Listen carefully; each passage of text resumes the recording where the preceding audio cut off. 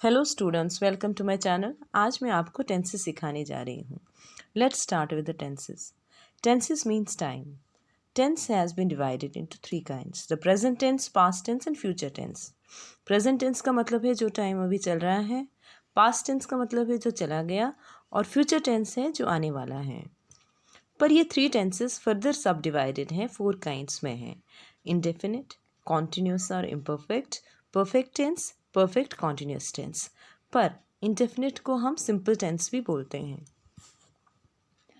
हमारा फोकस अगर वर्ब्स पे रहेगा सेंटेंस में तो हमें टेंसेस इजीली समझ आ जाएंगे।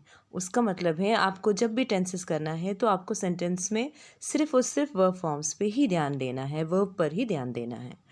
तो अब हम थ्री फॉर्म्स को, वर्ब के थ्री फॉर्म्स को हम टेंसेस के साथ, सारे टेंसेस के साथ कैसे जोड़ेंगे और हमारा आधे से ज़्यादा काम हो जाएगा। जैसे फर्स्ट फॉर्म वर्ब है, ये हम सिंपल टेंस में यूज़ करते हैं और कॉन्टिन्यूस में यूज़ करते हैं। सेकेंड फॉर्म सिर्फ और सिर्फ simple present, simple past tense में यूज़ होता है। थर्ड फॉर्म परफेक्ट टेंस है, चाहे वो प्रेजेंट है, चाहे पास्ट है या फ्यूचर है, वो हमारा परफेक्ट टेंस है। अब हम क्या करेंगे, अब हम फर्दर इसको सब डिविजन्स में कैसे, किस बेस पे हम डिवाइड करते हैं, एक बार मैं आपको वो बताऊंगी। अगर हमें ये पता चलेगा कि हमारे जो ये काइंड्स हैं, फोर सब डिविजन्स हैं, हम किस बेस पे प्रेजेंट टेंस में किस बेस पे लेते हैं, तो हमारा एप्लीकेशन भी बहुत इजी हो जाएगा। हम इजीली इसको यूज़ कर सकते हैं सेंटेंसेस में। जैसे हमारा सिंपल टेंस जो है वो हमारी वो एक्शंस हैं जो हम रोज़ करते हैं।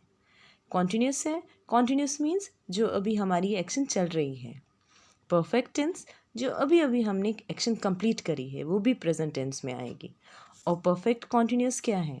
परफेक्ट कॉन्टिन्यूस है जो हमारी मॉर्निंग से स्टार्ट है या थोड़ी देर पहले स्टार्ट हो रही है, वो हो भी गई है आदि, पर अभी भी कॉन्टिन्यूटी में चल रही हैं।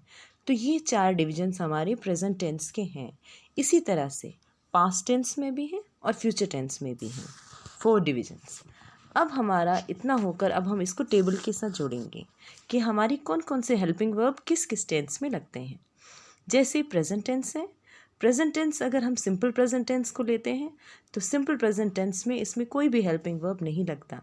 जैसे I go to school, I brush my teeth, independently use होता है फर्स्ट फॉर्म ऑफ वर्ब। ऐसे ही पास्ट टेंस है, सेकेंड फॉर्म ऑफ वर्ब सिर्फ और सिर्फ इसी पास्ट फॉर्म में यूज़ होता है। तो इसमें played, went, I went to school, इसमें कोई भी आप आगे हेल्पिंग वर्ब नहीं लगाएंगे। Big no to helping verbs. और फ्यूचर टेंस में हम फर्स्ट फॉर्म ऑफ वर्ब ही यूज़ करते हैं प्रेजेंट टेंस की तरह, पर उसको प्रेजेंट टेंस से अलग करने के लिए हम उसको विल और शैल का यूज़ करते हैं। फिर ऐसे ही है जब हम कॉन्टिन्यूस टेंस पे आ जाएंगे। कॉन्टिन्यूस टेंस आते ही हमारे माइंड में आना चाहिए आईएनजी वाले वर्ब्स, चाहे वो प्रेजेंट हो, चाहे पास्ट हो, चाहे फ्यूचर हो।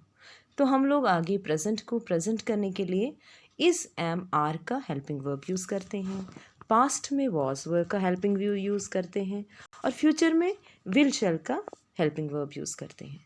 ऐसे ही परफेक्ट टेंस है। परफेक्ट टेंस वर्ड आते ही हमारे माइंड में आना चाहिए थर्ड फॉर्म ऑफ वर्ब, क्योंकि थर्ड फॉर्म ऑफ वर्ब सिर्फ परफेक्ट टेंस में यूज़ होता है। तो जब हम परफेक्ट टेंस में थर्ड फॉर्म ऑफ यूज़ करते हैं तो हमें प्रेजेंट बनाने के लिए उसके आगे हैज़ और हैव का यूज़ करते हैं, पास्ट बनाने के लिए हैड का यूज़, और फ्यूचर के time will, have, shall have का यूज़ करते हैं। पर इधर हमें एक और पॉइंट देखना है कि पास्ट में हैड हम हर सिंगुलर प्लूरल दोनों के साथ यूज़ करते हैं। फ्यूचर में विल शैल हैव का ही यूज़ होता है, चाहे वो सिंगुलर हो चाहे वो प्लूरल हो। पर प्रेजेंट में जब हैज़ हम यूज़ करते हैं तो हमें पहले देखना पड़ता है कि सिंगुलर कौन है, प्लूरल कौन है। ऐसे ही हम लोग परफेक्ट कॉन्टिन्यूस टेंस जो हमारा है, फोर्थ टेंस, वो हम दोनों के जोड़ के बनाते हैं, कॉन्टिन्यूस और परफेक्ट टेंस। उसका मतलब है परफेक्ट टेंस से हम लोग वर्ब्स लेते हैं, हेल्पिंग वर्ब्स लेते हैं, और कॉन्टिन्यूस से आईएनजी लेते हैं। इन दोनों को हम जोड़ते हैं हम इसको एक वर्ड से जो हमारा फेविकॉल का काम करता है, वो है बीन वर्ड।